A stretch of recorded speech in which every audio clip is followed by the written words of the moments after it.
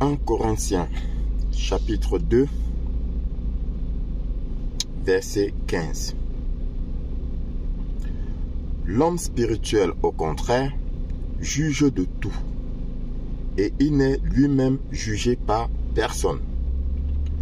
L'homme spirituel, au contraire, juge de tout, et il n'est lui-même jugé par personne. Verset 16. Car qui a connu la pensée du Seigneur pour l'instruire? Car qui a connu la pensée du Seigneur pour l'instruire? Or nous avons la pensée de Christ. Nous, hommes spirituels, nous avons la pensée de Christ. Ensuite, Jérémie, chapitre 1, verset 10. Parole du Seigneur. Tu vois, aujourd'hui je te charge d'une mission qui concerne les nations et les royaumes. Tu auras à déraciner et à renverser, à détruire et à démolir, mais aussi à reconstruire et à replanter. Tu auras à déraciner et à renverser, à détruire et à démolir, mais aussi à reconstruire et à replanter. Troisième lecture. 2 Corinthiens, chapitre 10, verset 5. Nous renversons les raisonnements et toute hauteur qui s'élève contre la connaissance de Dieu, et nous amenons toute pensée captive à l'obéissance de Christ. Et nous amenons toute pensée captive à l'obéissance de Christ. Mais au préalable, nous renversons les raisonnements et toute hauteur qui s'élève contre la connaissance de Dieu. Bonjour bien-aimés dans le Seigneur. Après ces lectures, je vais te dire un commentaire que j'ai reçu, qui m'a beaucoup plu d'ailleurs, concernant l'enseignement que j'ai fait sur les faux pasteurs, qui avait pour dire que j'ai le droit de juger ton pasteur s'il est faux. Alors le commentaire dit: nul ne t'a envoyé, occupe-toi de ta famille qui suit d'autres faux pasteurs, demande à Dieu ta vraie mission. Nul ne t'a envoyé, occupe-toi de ta famille qui suit d'autres faux pasteurs, demande à Dieu ta vraie mission. Ce qui est extraordinaire, c'est qu'il y a beaucoup de contradictions dans ce message. Et je dis j'aime bien ce message parce que ça me permet effectivement de faire un enseignement. Alors, quand je lis un message comme celui-ci, ce qui me réconforte, c'est que ça confirme en fait ce que le Seigneur nous a dit. Beaucoup, dans les derniers temps, beaucoup vont fuir la vérité. Beaucoup vont refuser la vérité. D'accord, bien-aimé? Parce que en fait, j'ai fait un enseignement dans lequel je montre des signes.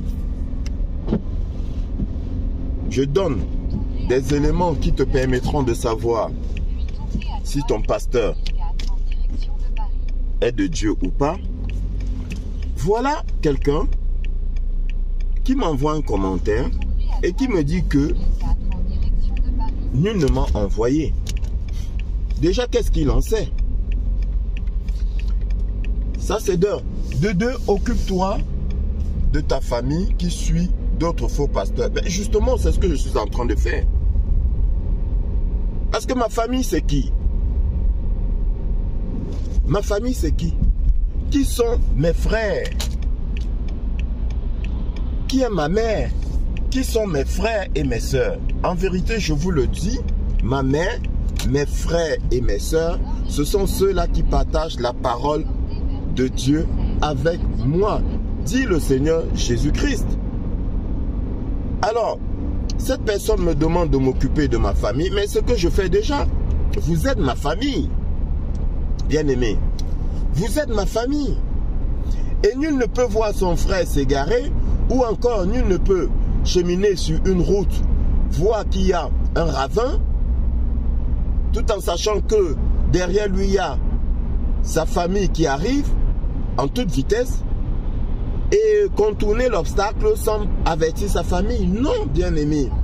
Non, bien-aimé. Nous sommes tombés dans cette même erreur-là. Nous avons failli être détournés par de faux pasteurs et nous mettons en garde nos frères pour qu'ils ne le soient pas.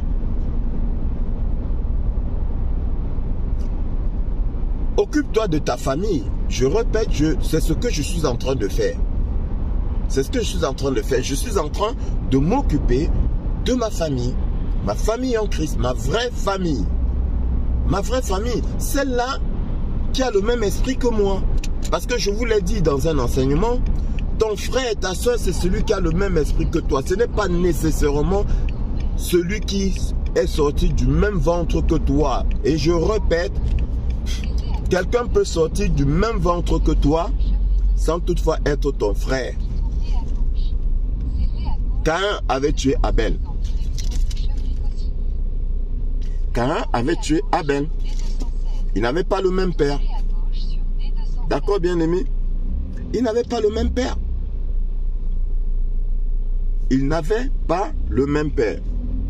L'un était du malin. Et l'autre de Dieu. Ils n'avaient pas le même esprit.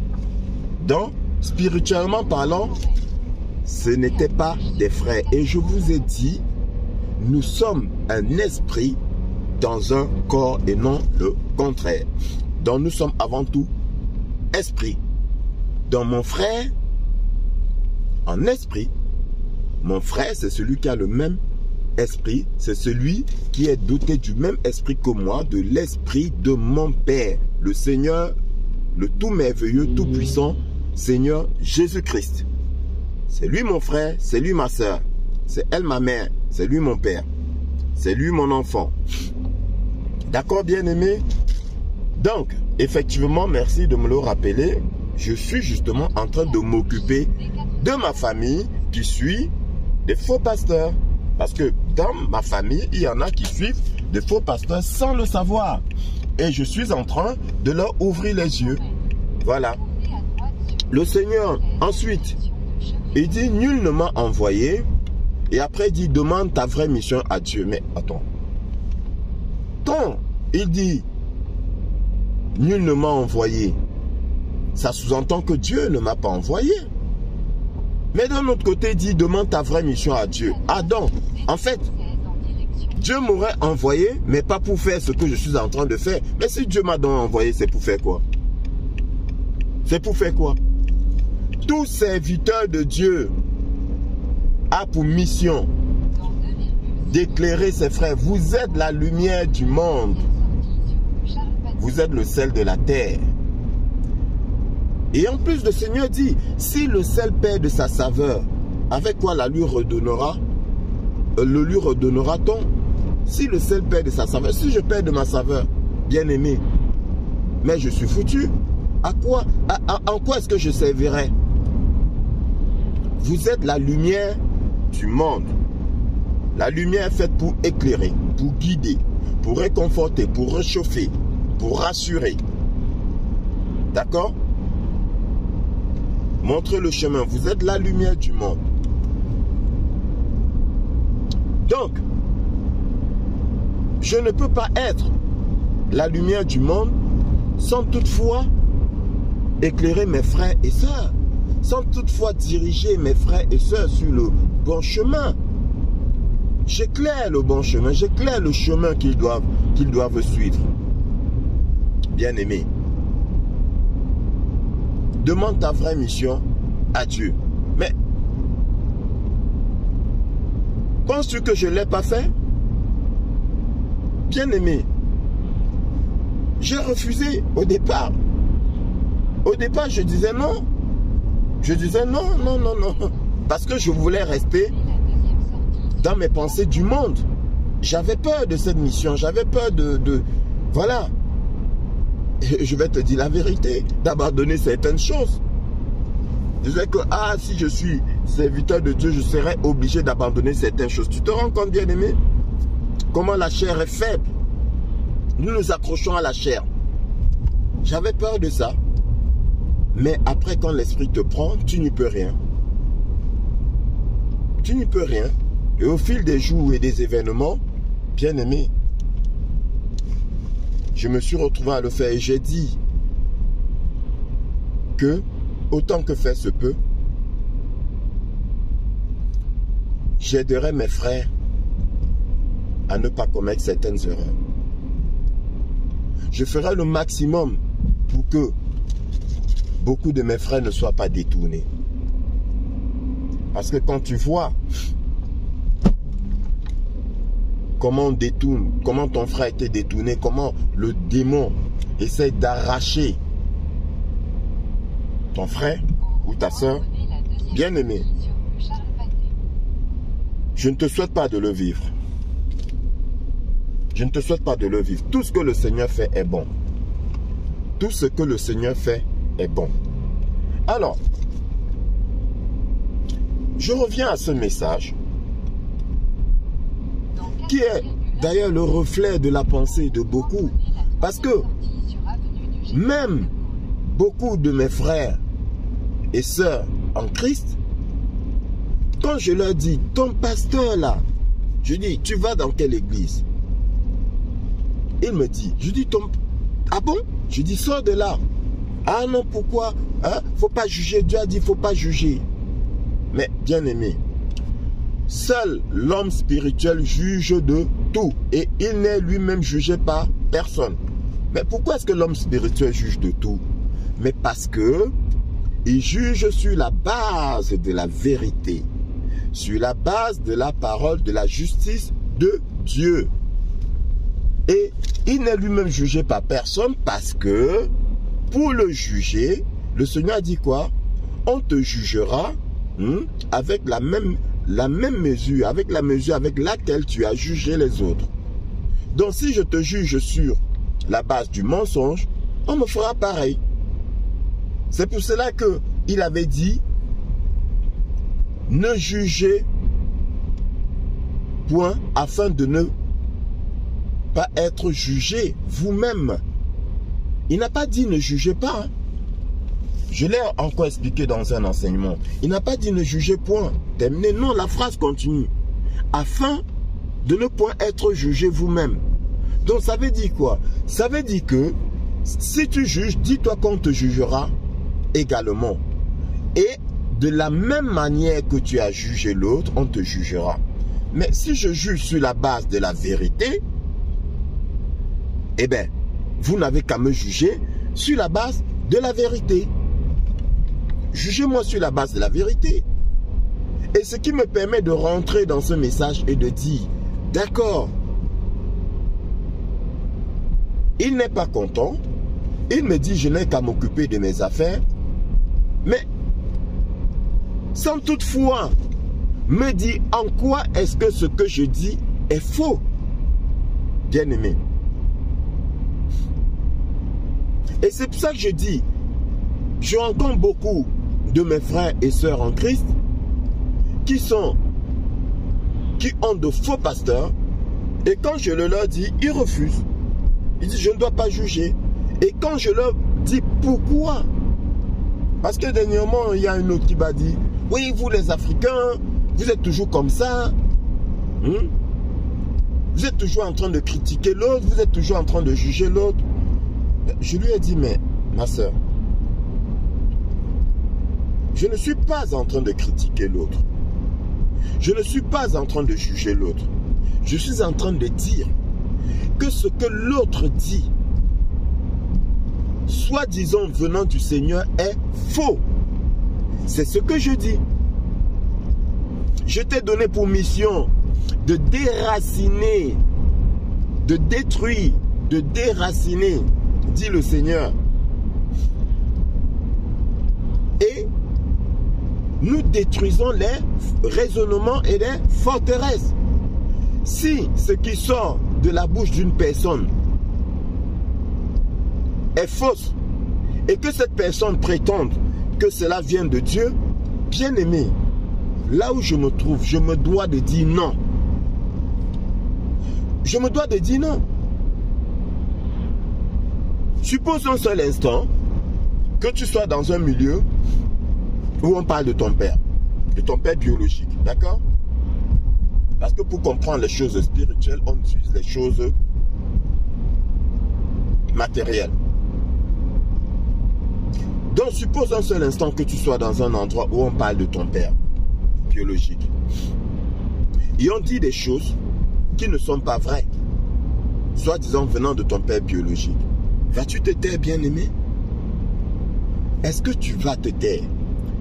Impossible. Si c'est ton père là, tu ne vas pas te taire. Tu vas dire, ah non, mon père n'a jamais dit ça. Ah non, non, non, non, non, ça ne vient pas de mon père. Ce que vous dites ne vient pas de mon père. Et l'autre te dira, qui es-tu pour prétendre cela? Et tu lui répondras, je suis son fils. Je suis son fils bien-aimé. Et je sais ce que mon père a dit parce que je suis son fils. Voilà, bien-aimé. Et c'est la même chose spirituellement parlant. Je suis l'enfant bien-aimé du Seigneur Jésus-Christ. Et je sais quand ce qui est dit est faux concernant le Seigneur Jésus-Christ.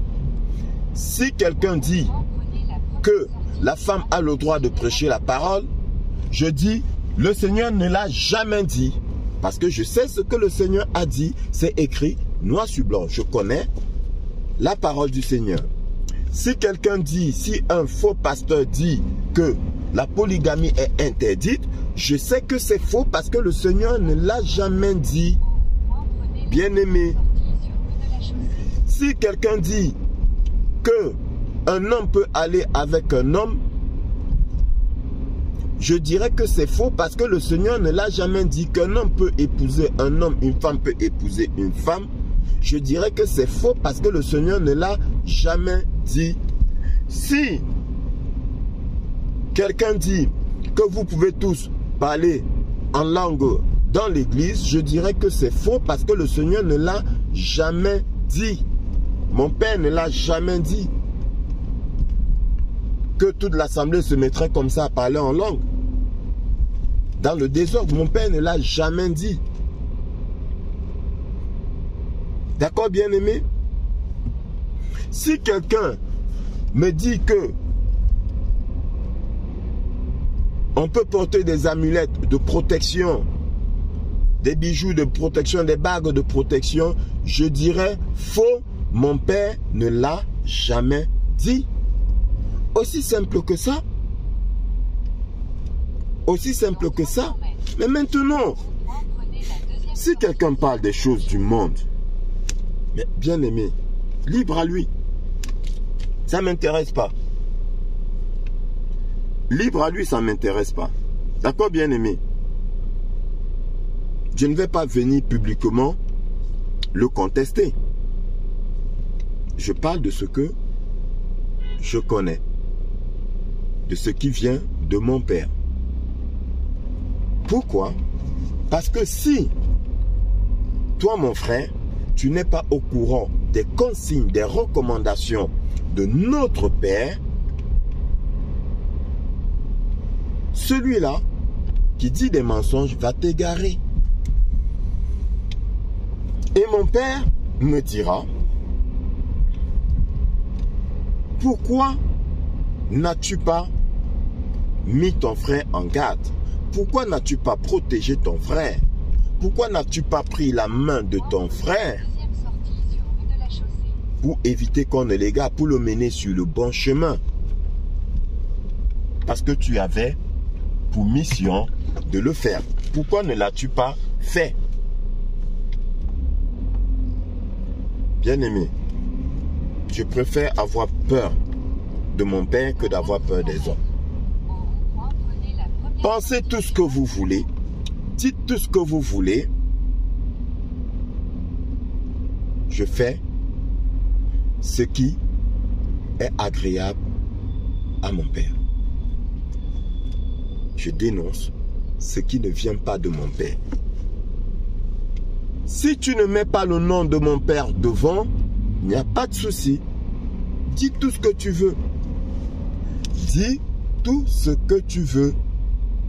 Mais si tu prétends que cela vient de mon Père et que c'est faux, je dénoncerai et je jugerai. Parce que le Seigneur nous a donné à nous, en spirituel, le droit de juger toutes choses. De juger toutes choses. Parce que nous jugeons sur la base de la vérité. Si maintenant ce que je dis est faux, dis-le-moi. Peut-être que je me suis mépris. Peut-être quelque chose m'a échappé. Bien-aimé. Donc, avant effectivement de contester, de reprendre un serviteur de Dieu, homme spirituel, doté de la pensée de Christ, rassure-toi que tu le fais sur la base de la justice. Tu le fais sur la base de la parole de Dieu. Tu le fais sur la base de la vérité. Bien-aimé du Seigneur.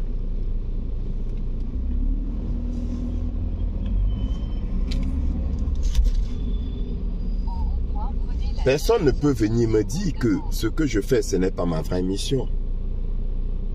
Parce que ta vraie mission, Dieu ne la proclame pas à la télé, dans les médias, ou bien en assemblée. Non. Ta vraie mission, Dieu te la donne dans le secret. Pourquoi? Aussi simple que ça, aussi logique que ça. Christ vit en nous. Tout se passe en nous, je te l'ai dit, bien-aimé. Tout se passe en nous. C'est en toi que ça se passe. Bien-aimé. C'est en toi que ça se passe. D'accord? Si quelqu'un vient te dire que Dieu m'a dit que, attends que Dieu te le dise aussi. D'accord, bien-aimé? Attends que Dieu te le confirme aussi. Il y a des gens qui vont dire, Dieu m'a dit que tu es ma femme. Ou Dieu m'a dit que tu es mon mari. Ne refuse pas. Mais attends que Dieu vienne aussi te dire que c'est ton mari ou que c'est ta femme. Parce que dans ces choses-là, Dieu ne parle pas une seule personne. Dieu parle aux deux protagonistes. Ah oui. Quand Dieu a envoyé Pierre, je connais. Corneille aussi a été prévenu que Pierre viendrait. Dieu parle aux deux. Il ne va pas venir dire que Dieu... Parce que Dieu ne veut pas qu'on se méprenne. Dieu ne veut pas qu'il y ait de la confusion. Bien-aimé. Dieu ne veut pas qu'il y ait de la confusion.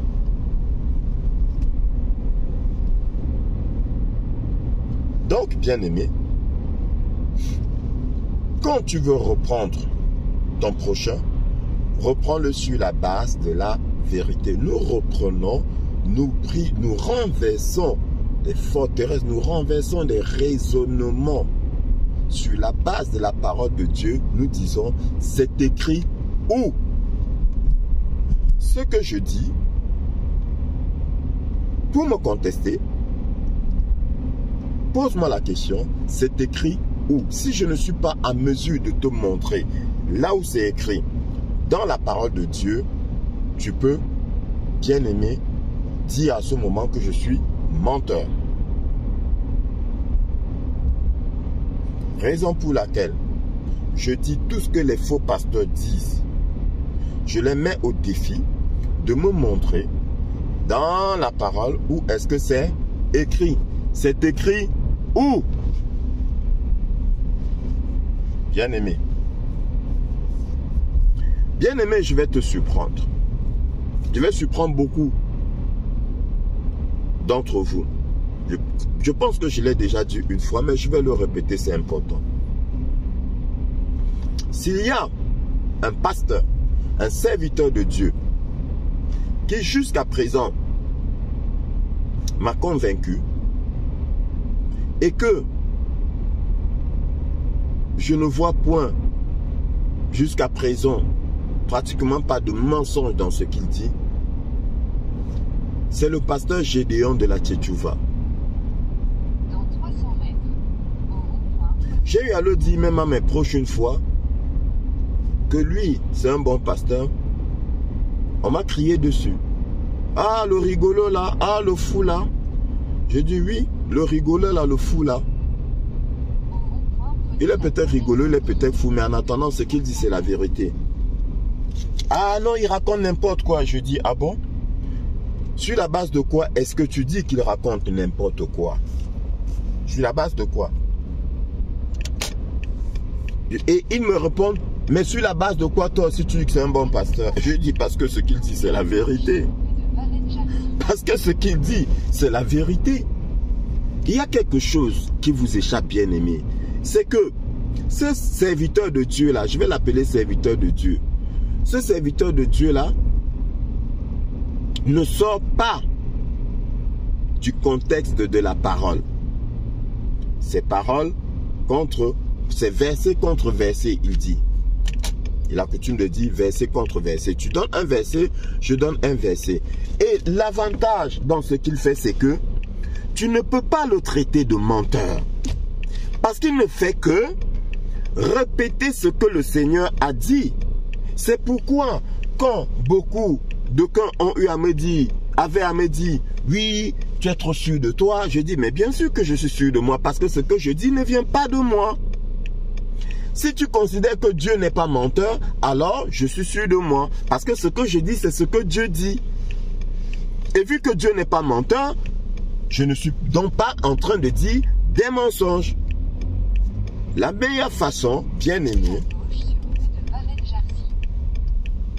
la meilleure façon de ne pas se tromper, bien aimé, c'est de dire ce que Dieu dit. C'est de dire ce que Dieu a dit. Et de faire ce que Dieu a demandé de faire. Et là, tu ne peux pas te tromper. Bien aimé. Raison pour laquelle, quand quelqu'un vient à moi, je dis toujours, je ne donne pas, j'évite de donner des conseils entre guillemets, c'est-à-dire que des conseils qui viendraient de ma propre pensée. Je ne donne pas des conseils qui viennent de ma propre pensée. Quand il me soumet son problème, un couple, un père de famille ou une mère de famille, je juge sur la base de la parole de Dieu. Mon frère, s'il te plaît, dis-moi, ma femme a fait ceci, mon mari a fait cela, je fais comment? Bien aimé, je vais dans la parole de Dieu et je lui montre ce que Dieu lui demande de faire dans cette circonstance-là. Je ne lui donne pas, j'évite si tu veux, de lui dire ce qui vient de moi, de ma chair. Non, j'évite. Parce que ce que je peux supporter, bien aimé, est-ce que lui peut supporter? Si je dis à quelqu'un, quitte ta femme. Parce que, par rapport à ce qu'il me dit, je ressens que je peux. Si ma femme fait cela, je peux la quitter, par exemple. Et si je lui dis quitte ta femme, bien aimé, est-ce que il est capable de supporter ce que moi je peux supporter? Je ne pense pas. Ce que je peux supporter, l'autre ne peut pas nécessairement le supporter. Ce qui me convient, l'autre ne peut pas nécessairement convenir à l'autre. C'est tout comme un médicament. Un médicament peut me convenir et ne pas convenir à un autre corps, bien-aimé. D'accord? Mais ce qui vient de l'esprit convient à tous les esprits. Est-ce qu'on se comprend? Ce qui vient de l'esprit de Dieu là, ça convient à tous les esprits. Guidé par l'esprit du Seigneur. Donc, en lui disant ce que Dieu dit, en lui disant ce que Dieu recommande dans cette circonstance-là, je suis sûr de ne pas l'induire en erreur. Et si jamais il vient après m'accuser et me dit que c'est à cause de toi que, je vais dire non, ce n'est pas à cause de moi, c'est à cause de Dieu, va te plaindre chez Dieu. Tu n'as qu'à traîner Dieu au tribunal. Tu n'as qu'à traîner Dieu en justice. Je n'ai fait que te dire ce que Dieu dit. Je ne suis pas l'auteur de ce que je t'ai dit. C'est Dieu qui l'a dit. Donc, bien-aimé, par conséquent, il n'y a pas d'accusation au-dessus de ma tête. Il n'y a pas d'accusation au-dessus de ma tête. Personne ne viendra me dire, oui, à cause de toi, j'ai quitté mon église et maintenant je suis dans des problèmes. Non. Je te dirais que c'est à cause de Dieu que tu as quitté ton église. Va traîner Dieu en justice. Pas moi. Parce que je n'ai fait que te dire ce que Dieu a dit. Pour revenir donc à ce message que j'ai reçu, j'ai dit gloire à Dieu. Pourquoi? Parce que c'est la preuve effective de ce que j'ai eu à te dire, bien-aimé, dans l'un de mes derniers enseignements. L'homme n'aime pas la vérité. La vérité, ça fait mal. La vérité bouleverse. Bien-aimé, la vérité effraie. La vérité fait peur. La vérité fait peur. Dieu nous dit, nous demande de renverser les forteresses. De renverser les raisonnements. Donc imagine, bien-aimé, quelqu'un qui a une conviction depuis sa naissance. Il a vécu avec, il a grandi avec, comme tous ceux qui ont prié la Vierge Marie depuis qu'ils sont nés. Et ils ont vu, soi-disant, la Vierge Marie. La Vierge Marie est venue dans leur sommeil les guérir. Ils avaient mal aux pieds. La Vierge Marie, ils ont rêvé comment la Vierge Marie venait toucher leurs pieds et ils guérissaient. Et aujourd'hui, tu viens lui dire, tu fais erreur en priant, en invoquant la Vierge Marie. Penses-tu, bien-aimé, qu'il va facilement l'accepter? Non. Il ne va pas l'accepter. Il ne va pas comprendre. Il va te dire, mais il y a une qui m'a dit, mais la Vierge Marie, c'est ma vie. Tu ne peux pas imaginer tout ce qu'elle a fait pour moi. Sauf que, effectivement, l'homme animal ne peut pas imaginer, mais l'homme spirituel que je suis peut imaginer parce que je connais la vérité. Je sais ce qui s'est passé. Je sais qu'elle ne ment pas. Ou qu'il ne ment pas. Quand il dit la Vierge Marie est venue dans mon sommeil, je l'ai vu. La Vierge Marie est venue dans ma vie, je l'ai vu. Je sais que il est sincère. Mais il est sincère dans le faux. Il est sincère dans le mensonge. Il est sincère dans la manipulation, bien-aimé. On l'a manipulé. Et je sais comment est-ce qu'on l'a manipulé. Je sais ce qui s'est passé. Mais est-il prêt à accepter? Est-il prêt à accepter ce qui s'est passé? Nous brisons les raisonnements. Nous renversons les forteresses. La vérité n'est pas facile à accepter, bien-aimé, je le sais. Mais, raison pour laquelle je t'ai dit, aime la vérité.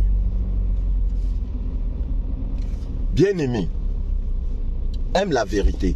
Parce que la vérité est Dieu. Je suis le chemin, la vérité. Tu ne peux pas prétendre aimer le Seigneur Jésus-Christ quand tu n'aimes pas la vérité. Parce qu'il dit, je suis la vérité. Donc ça dit que tu es contradictoire, bien-aimé. Ça veut dire que tu es contradictoire.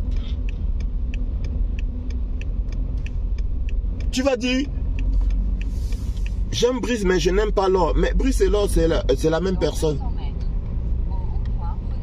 C'est la même personne. J'aime le Seigneur Jésus-Christ, mais je n'aime pas la vérité. C'est impossible. Parce que c'est la même personne. C'est comme l'amour. C'est comme l'amour. Tu ne peux pas détester ton prochain et tu dis que tu aimes Dieu. C'est pas possible. D'accord? Parce que Dieu dit pour m'aimer, il faut aimer ton prochain. Tu ne peux pas aimer tu peux pas m'aimer quand tu n'aimes pas ton prochain. C'est contradictoire, dit le Seigneur. Et il faut rentrer dans la profondeur de cette parole pour comprendre pourquoi est-ce que c'est contradictoire. Donc, si tu aimes la vérité, bien aimé, tu finiras par accepter la vérité.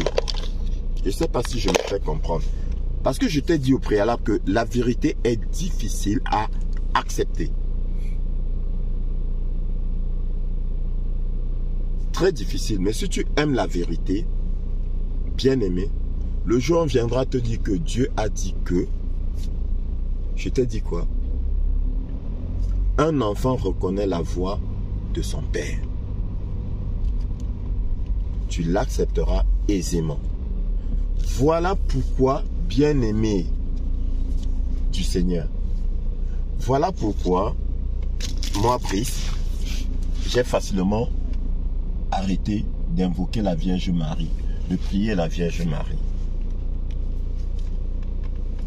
Oui, parce que, bien-aimé, j'aime la vérité, j'aime mon Père.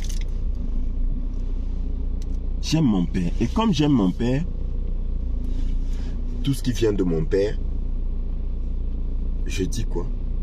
Je dis Amen. Tout ce qui vient de mon Père, je dis Amen. Même si ça ne m'arrange pas. Hein, bien-aimé, la chair est faible. Mais je dis Amen. Parce que j'aime mon Père. J'aime la vérité. Et je t'exhorte, bien-aimé, à aimer la vérité. Aime ton Père. Parce que la parole dit, tout concourt au bien-être de ceux qui aiment Dieu. Voilà une meilleure façon d'aspirer aux bonnes choses. Voilà une meilleure façon d'aspirer au bien-être. Tout concourt au bien-être de celui qui aime Dieu. Aime Dieu et tu seras bien. Sur ce, bien-aimé, je te souhaite une bonne journée. Que le Seigneur te bénisse. Et toi qui m'as envoyé ce message, que le Seigneur te bénisse. Et qu'il te soit miséricordieux.